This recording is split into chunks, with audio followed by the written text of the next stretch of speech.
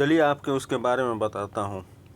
भारत का इतिहास कई सहस्र वर्ष पुराना माना जाता है। 65,000 साल पहले आधुनिक मनुष्य या होमो सेपियंस अफ्रीका से भारतीय उपमहाद्वीप में पहुँचे थे, जहाँ वे लोग पहले विकसित हुए। सबसे पुराना ज्ञात आधुनिक मानव आज से लगभग 30,000 वर्ष पहले दक्षिण एशिया में रहता है। 6500 ईसा पूर्व के बाद खाद्य फसलों और जानवरों के वर्चस्व के लिए सबूत अस्थायी संरचनाओं का निर्माण और कृषि अधिशेष का भंडारण मेहरगढ़ और अब बलूचिस्तान के अन्य स्थलों में दिखाई दिया। ये धीरे धीरे सिंधु घाटी सभ्यता में विकसित हुए। दक्षिण एशिया में पहली शहरी संस्कृति में अब पाकिस्तान और पश्चिम भारत में 2500 से 1900 ईसा पूर्व के दौरान पनपी। मेहरगढ़ पुरातात्विक दृष्टि से महत्वपूर्ण स्थान है, जहां नवपाषाण युग 7000 ईस्वी पूर्व से 25,000 ईस्वी के बहुत से अवशेष मिले हैं। सिंधु घाटी सभ्यता, जिसका आरंभ काल लगभग 3300 ईसा पूर्व से माना जाता है, प्राचीन मिस्र और सुमेर सभ्यता के साथ विश्व की प्राचीनतम सभ्यता में से एक है। इस सभ्यता की तिथि अब तक सफलतापूर्वक पढ़ी नहीं जा सकी। सिंधु घाटी सभ्यता वर्तमान पाकिस्तान और उससे सटे भारतीय प्रदेशों में फैली थी। पुरातत्व प्रमाणों के आधार पर 1900 ईसा पूर्व के आसपास इस सभ्यता का अकस्मात पतन हो गया। 19वीं शताब्दी के पश्चात विद्वानों के प्रचलित दृष्टिकोणों के अनुसार आर्यों का एक वर्ग भारतीय उपमहाद्वीप की सीमाओं पर 2000 ईसा वर्ष पूर्व के आसपास पहुंचा और पहले पंजाब में बस गया, और वही ऋजुवेद की ऋचाओं की रचना की गई। आर्यों द्वारा उत्तर तथा मध्य भारत में एक विकसित सभ्यता का निर्माण किया गया, जिसे वैदिक सभ्यता भी कहते हैं। प्राचीन भारत के इतिहास में वैदिक सभ्यता सबसे प्रारंभिक सभ्यता है।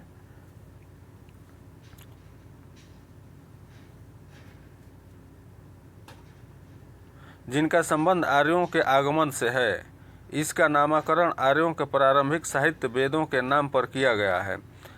आर्यों की भाषा संस्कृति थी और धर्म वैदिक धर्म या सनातन धर्म के नाम से प्रसिद्ध था। बाद में विदेशी आक्रांताओं को द्वारा इस धर्म का नाम हिंदू पड़ा। वैदिक सभ्यता सरस्वती नदी के तटीय क्षेत्र, जिससे आधुनिक भारत के पंजाब भारत और हरियाणा राज्य आते हैं, में विकसित हुई। आमतौर पर अधिकतर विद्वान वैदिक सभ्यता का काल 2000 ईस्वी पूर्व से 6000 ईस्वी पूर्व के बीच में मानते हैं, परंतु नए पुरातत्व उत्खननों से मिले अवशेषों में वैदिक सभ्यता से संबंधित कई अवशेष मिले हैं, जिससे कुछ आधुनिक विद्वान यह मानने लगे हैं कि वैदिक सभ्यता भारत से ही शुरू हुई थी।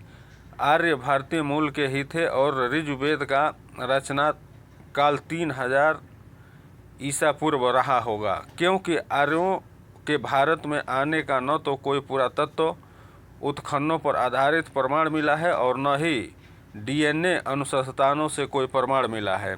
हाल ही में भारतीय पुरातत्व परिषद द्वारा की गई सरस्वती नदी की खोज से वैदिक सभ्यता, हड़प्पा सभ्यता और आर्यों के बारे में एक नया दृष्टिकोण सामने आया है।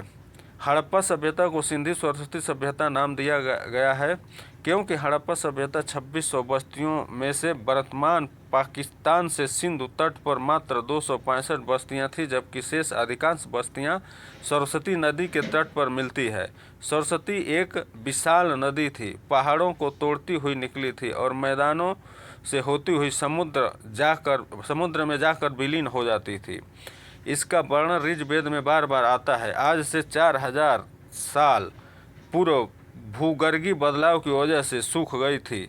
आर्य लोग खानबदोश गडेरियों की भांति अपने जंगली परिवारों को पशुओं को लिए इधर से उधर भटकते रहते थे। इन लोगों ने पत्थर के नुकीले हथियारों से काम लेना सीखा। मनुष्यों की इस सभ्यता को वे यूलिथ सभ्यता कहते हैं। इस सभ्यता में कुछ सुधार हुआ तो फिर चिलियन सभ्यता आई। इन हथियार औजारों की सभ्यता के समय का मनुष्य नर बानर के रूप में थे। उनमें वास्तविक मनुष्य का बीजारोपण नहीं हुआ था। मुस्टेरियन सभ्यता के पश्चात रेंडियन सभ्यता का प्रादुर्भाव हुआ।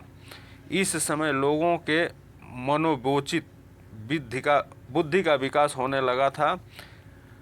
फिर इसके बाद वास्तविक सभ्यताएं आई, जिसमें पहली सभ्यता नवपाषाणकालीन कही जाती है।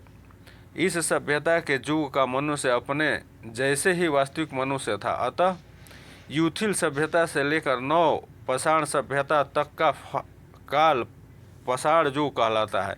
पाषाण युग के बाद मानव जाति में धातु युग का प्रादुर्भाव हुआ। धातु युग का प्रारंभ ताम्र युग से होता है। नवपाषाण युग के अंत तक मनुष्य की बुद्धि बहुत कुछ विकसित हो गई थी। इसी समय कृषि का आविष्कार हुआ। कृषि की सभ्यता की माता थी आर्य ही संसार में सबसे प्रथम कृषक थे। कृषक के उपयोगी स्थानों की खोज में आर्य पंजाब की भूमि में आए और इसी का नाम सप्त सिंधु प्रदेश रखा।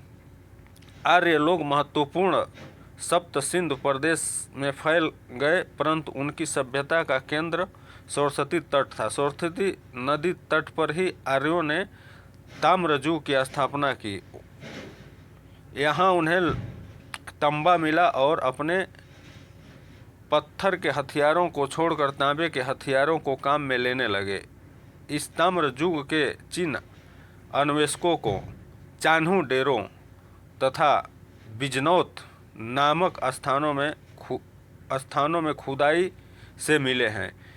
ये स्थान सरस्वती नदी प्रवाह के सूखे हुए मार्ग पर ही मैसापोटामिया तथा ईलाम में यही सभ्यता प्रोटो इलामाइट सभ्यता कहलाती है। सुमेरु जात प्रोटोलाइमाइट जात के बाद मेसोपोटामिया में जाकर बसी है। सुमेरु सभ्यता के बाद मिस्र की सभ्यता का उदय हुआ। प्रसिद्ध अमेरिका पुरातत्व डॉक्टर डी टेरा ने सिंधु प्रदेश को पत्थर और धातु में मिलाने वाला कहते हैं। ताम्र सभ्यता के बाद कांसे की सभ्यता आई। कांसे की सभ्यता संभवतः सुमेरियन लोगों की थी।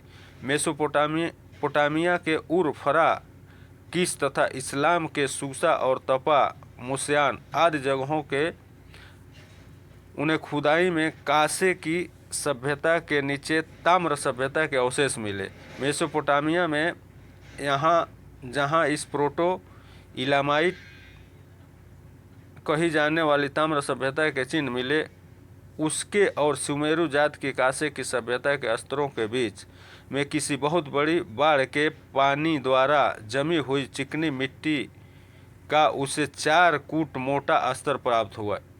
यूरोपीय पुरातत्ववेत्ताओं का यह मत है कि मिट्टी का यह स्तर उस बड़ी बाढ़ द्वारा बना था जिसको प्राचीन